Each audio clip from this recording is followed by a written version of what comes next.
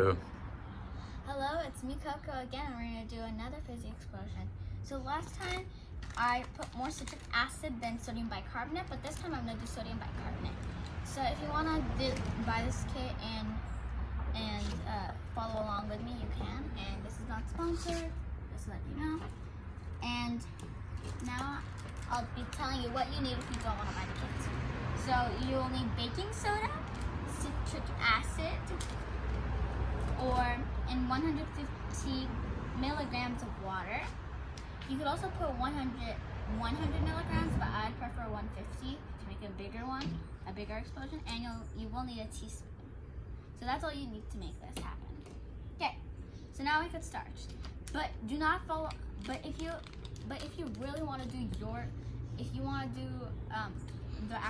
real fizzy explosion, you're gonna have to watch one of my other videos that shows you actually what you need. For this one, I'm gonna put more sodium bicarbonate, which is baking soda. Okay, so first I'm gonna start with the sodium First I'm gonna put my 150 milligrams of water. I already measured it out by myself to see, but as you can see, it's exactly on the dot, 150. And then what you're gonna do is you're gonna get your powders ready. The reason I'm not putting my goggles on is I want to kind of see you guys, and also when I put my goggles on, it kind of prevents me from where I am. So I'm only gonna put my goggles on when the fizzy explosion starts. Okay, so for this explosion, I'm gonna put 2 teaspoons. Might have overdone it a little bit, but that's okay. You just always put a little bit less. It's okay if you get a little messy with it. You can always clean it up later. Try not to get messy. I always get messy because I am not a clean chemist. And here we are. So now we're gonna put just about half a teaspoon of citric acid. And then we're gonna switch this one around a bit. Nice citric acid. We do not want any of the powders to fall. So we're gonna kind of bring it into zoom a little bit. And now we're gonna dye our water. So this is a optional step, but I highly recommend it because if you just put water in the powder, it's just not gonna create anything. So we have to use food dye. So you can use home-bought food dye. You can also use the one that comes in a kit, or yeah, that's it. So I'm gonna use red and yellow to make an orange explosion because I love orange because it's like the sun.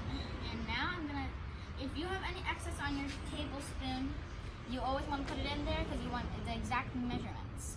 As you can see, my hands are already dirty, but that's all okay because this is washable. So I'm gonna get this out and put just a drop of food dye in there. Just 1 drop. It almost looks like blood, but it's gonna look orange, so. Okay. Now, as you see, my hands are so dirty from it already, but that's okay. Just gonna have to keep rolling with it, rolling with the punches. I like putting a little more yellow because we want that orange to really bring out the show.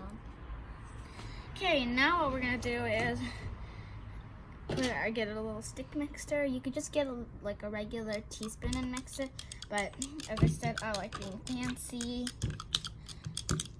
So that looks like an orange purified color, I want to say. That looks orange good enough. And now here's the part where I have to be safe. I have to be safe with this part. So if you're doing this at home, please don't try this at home unless you have safety goggles and parent permission, because this is very, very, very dangerous. It is very explodey, and I don't know. And I'm just doing this to see what happens if I put more sodium bicarbonate. So this is the part where you guys have to be extra, extra careful. So make sure, if you're an adult, all the kids are out, and yeah. Okay, 3, 2, 1. Oh my god. I could see it doesn't fizz down anymore. It just keeps blowing up. Isn't that cool? Wow. And you can see it gets really red on the bottom. So I don't know if that has to do anything. So in my last experiment, I realized no matter how much more of an ingredient you use, it's gonna make the same product. It's just gonna, this comes a little more soapier and the other one came a little more fizzier. But honestly, I like them both. My favorite one was probably this, the sodium bicarbonate, because it looks so cool. Oh my god. My hands are all red from food dye. And I gotta go wash this off after I'm done with filming this video for you guys.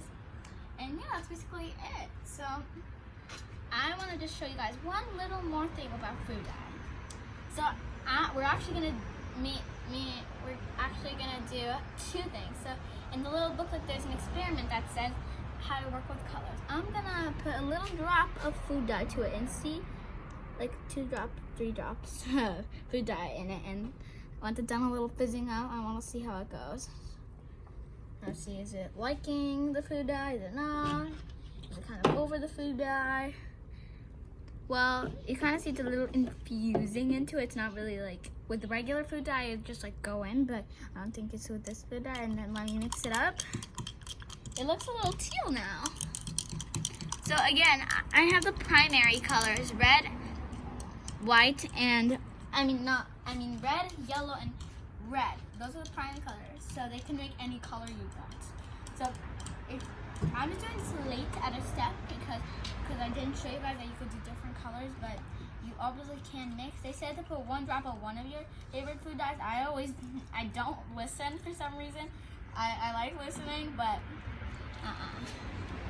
but basically, well, yeah, that's how you do it. So, well, just subscribe down below, and hopefully you're gonna have a good day today, and keep listening to my